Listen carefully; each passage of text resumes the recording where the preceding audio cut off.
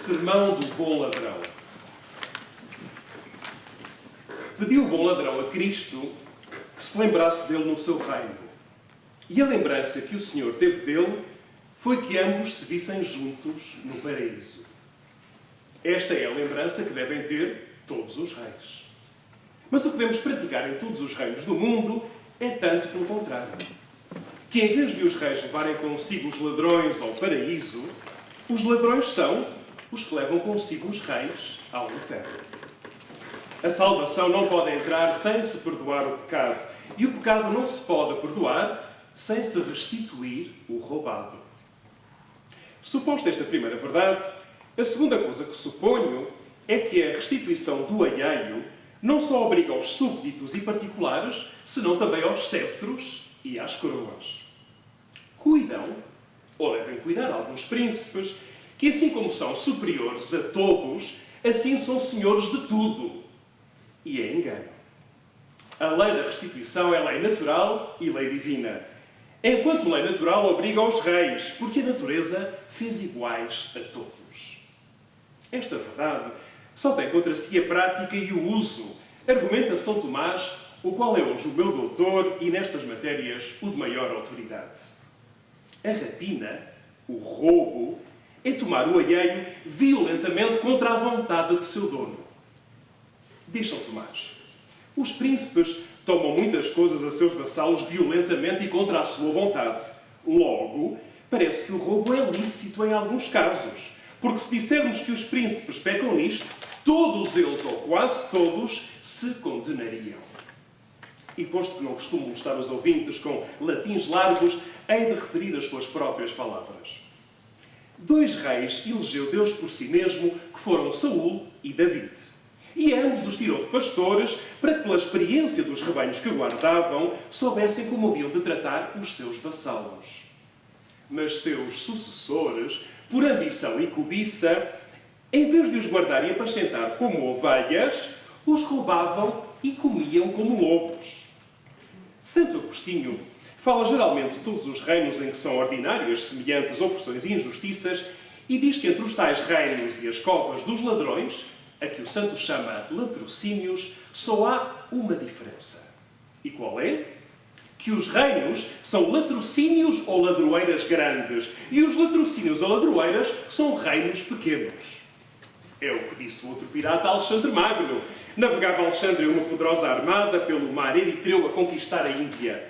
Basta, senhor, que eu, porque roubei uma barca, sou ladrão, e vós, porque roubais em uma armada, sois imperador?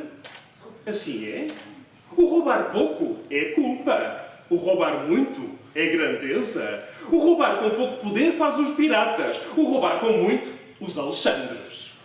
Mas Séneca, que sabia bem distinguir as qualidades e interpretar as significações, a uns e outros definiu com o mesmo nome. Se o rei de Macedónia ou qualquer outro fizer o que faz o ladrão e o pirata, o ladrão, o pirata e o rei, todos têm o mesmo lugar e merecem o mesmo nome. Quando li isto em Séneca, não me admirei tanto de que um filósofo estoico se atrevesse a escrever uma tal sentença em Roma, reinando nela Nero. O que mais me admirou e quase envergonhou foi que os nossos oradores evangélicos, em tempo de príncipes católicos e timoratos, ou para a emenda ou para a cautela, não preguem a mesma doutrina. Saibam estes eloquentes mudos que mais ofendem os reis com o que calam que com o que disserem. Mas passemos brevemente à terceira e última suposição, que todas 3 são necessárias para chegarmos ao ponto. Como diz Salomão, o ladrão que furta para comer não vai nem leva ao inferno. Os que não só vão, mas levam, de que eu trato, são outros ladrões de maior calibre e de mais alta esfera. Os ladrões que mais própria e dignamente merecem este título são aqueles a quem os reis encomendam os exércitos e legiões, ou o governo das províncias, ou a administração das cidades, os quais, já com manha, já com força, roubam e despojam os povos. Os outros ladrões roubam o homem. Estes roubam cidades e reinos. Os outros furtam debaixo do seu risco. Estes, sem temor nem perigo. Os outros, se furtam, são enforcados. Estes furtam e enforcam. Diógenes, que tudo via com mais aguda vista que os outros homens, viu que uma grande tropa de varas e ministros de justiça levavam a enforcar os ladrões e começou a bradar: lá vão os ladrões grandes a enforcar os pequenos. Ditosa Grécia, que tinha tal pregador. Quantas vezes viu em Roma ir enforcar um ladrão por ter furtado um carneiro e no mesmo dia ser levado em triunfo um cônsul ou ditador por ter roubado uma província. De um chamado Seronato, disse Sidónio Polinar: Seronato está sempre ocupado em duas coisas, em castigar furtos e em os fazer. E isto não era zelo de justiça, senão inveja. Queria tirar os ladrões todos do mundo para roubar ele só. Declarado assim por palavras não minhas, mas de muito bons autores, estes são os que disse e digo que levam consigo os reis ao inferno. Faz questão São Tomás. Aquele que tem a obrigação de impedir que se furte, se o não impediu, fica obrigado a restituir o que se furtou. E até os príncipes, que por sua culpa deixarem crescer os ladrões, são obrigados à restituição. E querem saber os reis se os que provêm aos ofícios são ladrões ou não? Observem a regra de Cristo. A porta por onde legitimamente se entra ao ofício é só o merecimento. E todo o que não entra pela porta, não só diz Cristo que é ladrão, senão ladrão e ladrão. E porquê é duas vezes ladrão? Uma vez, porque furta o ofício, e a outra vez, pelo que há de furtar com ele. O que entra pela porta poderá vir a ser ladrão, mas os que não entram por ela já o são. Uns entram pelo parentesco, outros pela amizade, outros pela valia, outros pelo suborno e outros pela negociação. E quem negocia já se sabe que não vai a perder. Dom Fulano, diz a piedade bem-intencionada, é um fidalgo pobre, desse de um governo. Um governo? Para que vá desempobrecer à custa dos que governar e para que vá fazer muitos pobres à custa de tornar muito rico? Encomendou ao rei Dom João III a São Francisco Xavier que o informasse do estado da Índia por via de seu companheiro, que era mestre do príncipe. E o que o santo escreveu de lá, sem nomear ofícios nem pessoas, foi que o verbo rapio na Índia se conjugava por todos os modos. A frase parece jocosa em negócio tão sério, mas falou o servo de Deus como fala Deus, que em uma palavra diz tudo. Especificou melhor São Francisco Xavier, dizendo que conjugou o verbo rapio por todos os modos. O que eu posso acrescentar, pela experiência que tenho, é que não só do Cabo da Boa Esperança para lá, mas também das partes de aquém, se usa igualmente a mesma conjugação. Conjugam por todos os modos o verbo rapio, porque furtam por todos os modos da arte. Tanto que lá chegam, começam a furtar pelo modo indicativo. Porque a primeira informação que pedem aos práticos é que lhes apontem e mostrem os caminhos por onde podem abarcar tudo. Furtam pelo modo imperativo, porque como têm o mero e misto império, todo ele aplicam despoticamente às execuções na rapina.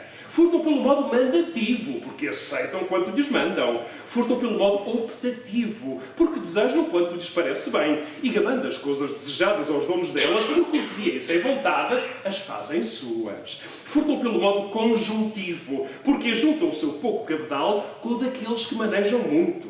Furtam pelo modo potencial, porque, sem pretexto nem cerimónia, usam da potência. Furtam pelo modo permissivo, porque permitem que outros furtem e estes cumpram as permissões. Furtam pelo modo infinitivo, porque não têm fim o furtar com o fim do governo e sempre lá deixam raízes em que se vão continuando os furtos. E estes mesmos modos conjugam por todas as pessoas, porque a primeira pessoa do verbo é a sua, as segundas os seus criados e as terceiras, quantas para isso têm indústria e consciência, e furtam juntamente por todos os tempos, porque do presente, que é o seu tempo, colhem quanto dá de si o triênio, e para incluírem no presente o pretérito e o futuro, do pretérito desenterram crimes de que vendem os perdões, e dívidas esquecidas de que se pagam inteiramente, e do futuro empenham as rendas e antecipam os contratos.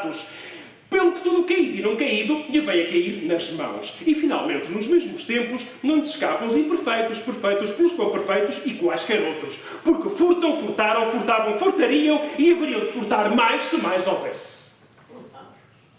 Em suma, que o resumo de toda esta rapante conjugação vem a ser o supino do mesmo verbo. A furtar para furtar.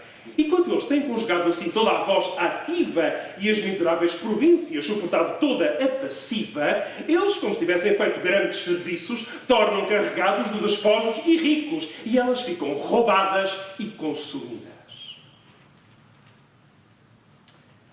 Mas folgar eu saber quantos exemplos há dos que fossem privados do governo por estes roubos. Há de maneira que, em vez de o ladrão restituir o que furtou no ofício, restitui-se o ladrão ao ofício para que furte ainda mais. Mas que seria se não só víssemos ladrões conservados nos lugares onde roubam, se não depois de roubarem, promovidos a outros maiores? Acabam-se-me aqui as escrituras, porque não há nelas exemplo semelhante. Antigamente, os que assistiam ao lado dos príncipes chamavam-se laterones. E depois, corrompendo-se este vocábulo, como afirma Marco Varro, chamaram-se latrones. E que seria se, assim como se corrompeu o vocábulo, se corrompessem também aqueles que o mesmo vocábulo significa? Isaías diz dos príncipes de Jerusalém: os teus príncipes são companheiros dos ladrões. E porquê? São companheiros dos ladrões porque os dissimulam. São companheiros dos ladrões porque os consentem. São companheiros dos ladrões porque lhes dão postos e poderes. São companheiros dos ladrões porque talvez os defendem.